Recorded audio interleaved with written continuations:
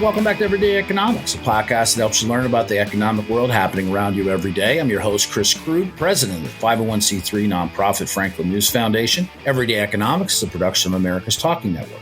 You can check out all of our great podcasts at americastalking.com. To support Everyday Economics and podcasts such as this one, please make your tax-deductible charitable contribution by clicking the link in the show description. We are recording this episode on Monday, February 13th, and joining me, as always, is my friend, my colleague, Dr. Orphe Divounguy, PhD economist. Dr. O, there's some things that are happening in the tech sector that you and I have talked about over the past couple of months, layoffs being maybe one of the more notable pieces of news that's coming out of that sector. It's not as if it's the only part of the economy where jobs are being trimmed or companies are sort of restructuring how they do what they do. But it was the tech sector that seemed to go hardest and soonest. And so now, as Silicon Valley in particular has slowed hiring, they've let people go, and the pathway to hiring is slowing.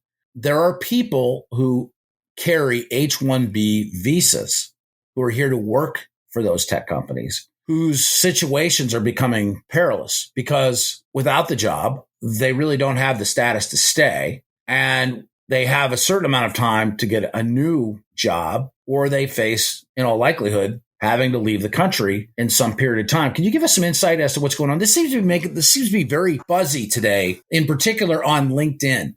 Yeah, no, of course. And I think a lot of people are thinking about this a little bit. And it matters. It's important because, and not just for the H-1B visa workers. It's not just for those tech workers. It's important for everyone because it affects everyone. U.S. immigration, as it is right now, is a massive drag on economic growth.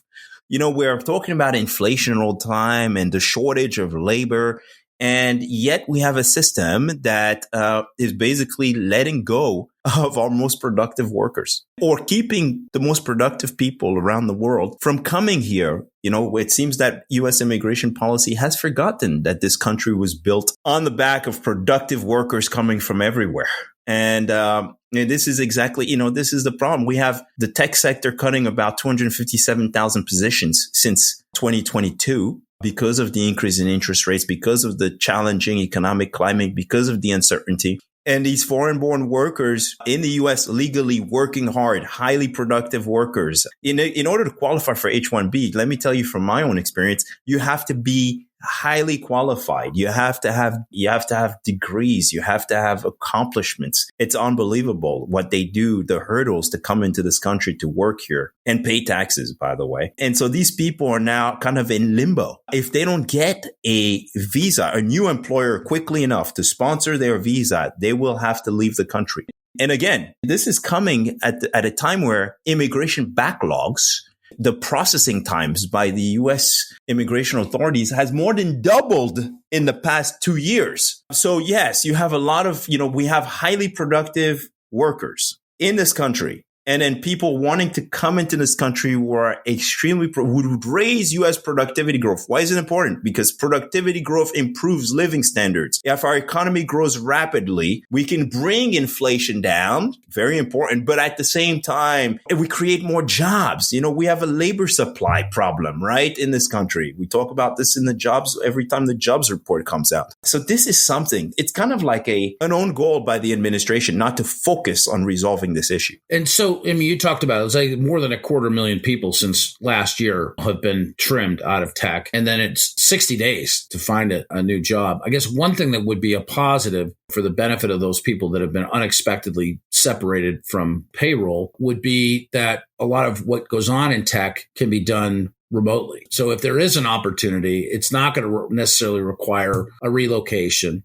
but certainly not everybody that was laid off is in the physical proximity of Silicon Valley, simply because of the choices that have been made over the last couple of years. Sadly, it's also very complicated to even work overseas, right? Like to work overseas for an American company. It's not as easy as it sounds either. So we have all these people who are, thankfully, many of them are finding jobs and able to stay. But this is a problem. I think resolving those immigration backlogs would help America's economy, and not just for those people, but for all Americans. I think it's a major issue, and it's something the administration should be focusing on. because it will help. You know, we have a supply situation and across the board. I'll give you a good example. In Canada, they look at where the labor shortages are and they focus on bringing in people that will take those jobs, that will fill in those gaps.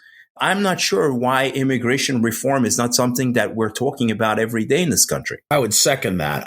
And frankly, the issues that we have with immigration in this country, while they've been, highly publicized and highly politicized since 2016, have gone on for a very, very long time. The idea of people coming in and trying to do this the right way, and it's still taking 20 years for them to become a naturalized citizen, it's an embarrassment. I mean, and then at the same time, you have new policies that are being introduced that allow asylum seekers to come in and have what amounts to be a pathway to citizenship. It doesn't make sense. It's a shared problem among the two major parties, and it's not one either of them, I think, has done anything meaningful to address in now, a matter of decades, but from a focus standpoint, in the last really 10 years. So let's call it good there. I appreciate the conversation. For Orphe Divounguy, this has been Chris Krug. Subscribe to Everyday Economics and dozens of other quality podcasts at americastalking.com.